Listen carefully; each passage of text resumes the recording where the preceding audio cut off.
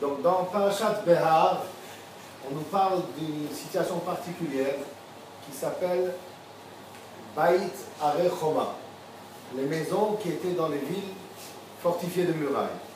On sait que ça a une application particulière par rapport à la fête de Purim, puisqu'on sait qu'il y a ce qu'on appelle Shushan Purim, donc le Purim de Shushan, qui est fêté le 15 Adar au lieu d'être fêté le 14 Adar, et à Yerushalayim, donc qui était une ville fortifiée, comme d'autres villes en Israël où on sait que c'était fortifié, à l'époque de Yoshua ben Nun. Dans ces villes-là, le Purim, il n'est pas fêté comme partout le 14, il est fêté le 15.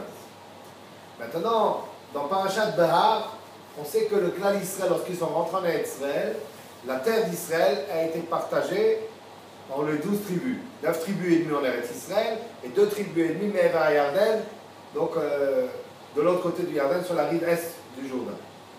Maintenant, les Chachamim nous disent que lorsque quelqu'un il va vendre son terrain, alors son terrain qui fait partie de l'héritage de sa famille, qui dépend du père, s'il est de la tribu de Yehuda, c'est le territoire dans la tribu de Yehuda, celui de Shimon, Binyamin, etc. Et ce terrain qu'il va vendre, il ne peut pas le vendre au-delà de 50 ans.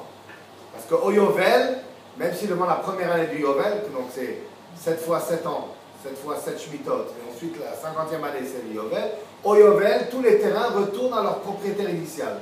C'est-à-dire qu'il n'y a aucun territoire de Binyamin qui passera, même si c'est un acheteur de Yehuda qui en a profité. Ça lui revient au Yovel.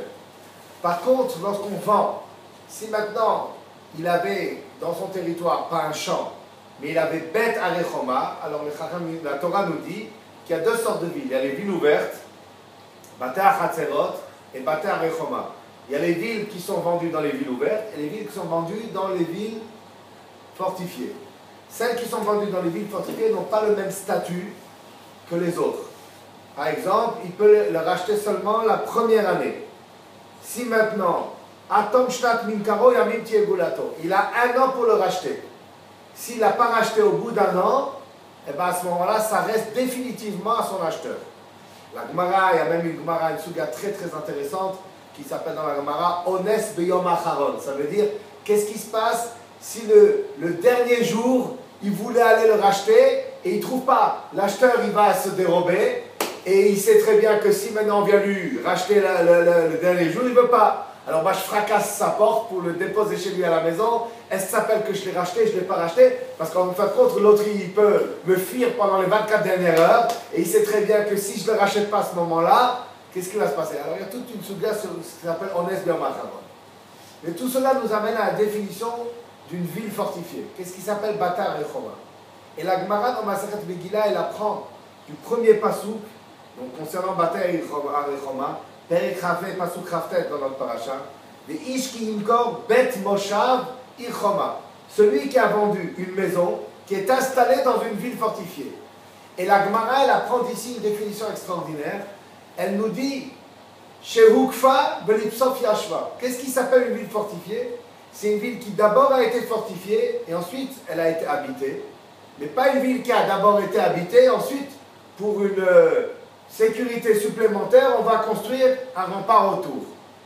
Donc qu'est-ce qui s'appelle une ville fortifiée? C'est seulement une ville dans laquelle on a d'abord fait les fortifications et ensuite on a installé les habitants, les maisons à l'intérieur de la ville, mais pas une ville qui existait déjà et ensuite on a fait des remparts de protection extérieure. Le Levush Mordechai, Moshe Mordechai Epstein, Zichrono Libracha, qui était le Rosh Shiva de la Shiva de Slobodka en Slobodka, et ensuite de Slobodka, ça a été transféré en Eretz Israël à Hebron, jusqu'au malheureusement au pogrom de 1929, où ça a été relocalisé à Yerushalayim, et vous avez à Yeshivat Hebron, à Givat Mordechai, et vous avez à Géoula.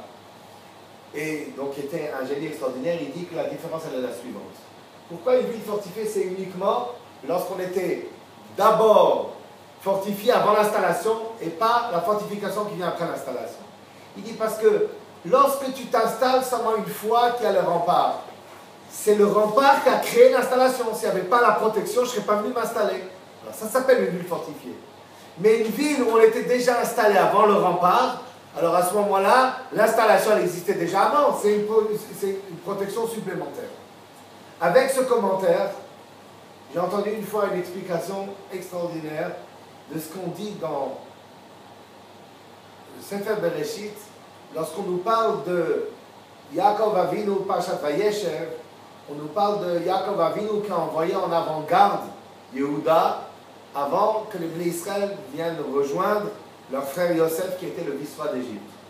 Il écrit Be'et Yehuda Shalach lefanav lehorot Goshna. Il a envoyé Yehuda en avant-garde, le Horot, pour enseigner. Alors on pourrait traduire pour prendre des repères et qu'il ait déjà préparé le terrain avant que les Bnei Israël viennent le rejoindre. Et Rashi nous dit le Horot, liv notlo bet hora, pour construire déjà un bet midrash avant que les Bnei Israël viennent s'installer là-bas. Et la question elle est évidente, c'est que Yaakov Avinu, comme nous explique le Farshim, est venu rejoindre Yosef seulement une fois qu'il savait que Yosef continuait à vivre comme Yosef Hatzadik. Et il savait que Yosef il avait le plein pouvoir en Mitzrayim. Il aurait pu descendre déjà en Mitzrayim avec toute la famille. Et ensuite il va aller, et Yosef il va faire un tour avec son père. Il lui dit qu'est-ce que tu as besoin? Il a dit j'ai besoin pour une yeshiva. Il lui dit voilà, ce bâtiment-là, réquisitionné pour la yeshiva. Qu'est-ce que tu as besoin? Encore un kollel, ce bâtiment pour un kollel. Qu'est-ce que tu as besoin? Séminaire, jeune fille. Mais tiens encore, voilà ici. Qu'est-ce que tu as besoin encore? Cheder ici. École de filles, école de filles. Il va lui donner. Qu'est-ce qu'il y a le problème? Qu'est-ce qu'il y a comme Avinu? Il a besoin d'envoyer en avant-garde Yehuda et pour préparer déjà avant qu'il arrive. Il n'y a encore personne. Quand ils arriveront, ils s'installeront. Quel est le problème? Tout le plein pouvoir, il est entre les mains de Yosef, il pourra faire ce qu'il veut. La réponse, elle est, que la Gemara dit dans Masechet Psachim, Perek Aisha, il y a écrit, elle traduit un passage dans Shir HaShirim, Ani Choma Beshadai Kamigdolot. Ani Choma Zu Torah, la Gemara dit. Je suis une muraille, c'est la Torah. La Torah, c'est une muraille. Yaakov Avinu, il a voulu enseigner au Bnei Israël. C'est pas que tu t'installes pour ton travail n'importe où, et après tu regardes, est-ce qu'il y a une synagogue, est-ce qu'il y a peut-être un Talmud Torah pour ton fils, est-ce qu'il y a peut-être une école juive. Non, c'est pas comme ça qu'on s'installe. D'abord, tu regardes s'il y a déjà le rempart, s'il y a déjà la Torah. Et une fois qu'il y a la Torah, c'est là-bas que tu vas t'installer. Selon les écoles, selon la proximité du Batel Midrashot, c'est là-bas où tu vas t'installer. Ça, c'est pour ça que Yaakov Avinu, il a d'abord construit le Bet HaMidrash, et ensuite les Bnei Israël sont venus. Pourquoi? Parce que si on vient d'abord et ensuite construire la Torah, alors ça, c'est pas une ville fortifiée. On s'est d'abord installé, et après on fait le rempart, c'est-à-dire qu'on pouvait vivre même sans ça. Mais si Yaakov Avinu, il a voulu faire passer le message à ses enfants, que la Torah, c'est une muraille. S'il y a la muraille, alors je peux m'installer. S'il n'y a pas la muraille, je ne m'installe pas. C'est pour ça que le Bet HaMidrash de Yaakov, il a été d'abord construit avant l'installation des Bnei Israël en Mitzrayim. Une fois que Yehuda il a déjà préparé le terrain, là on est d'accord de venir s'installer. Mais s'il n'y avait pas ça, on ne pouvait pas venir s'installer. C'est pas qu'on s'installe et ensuite.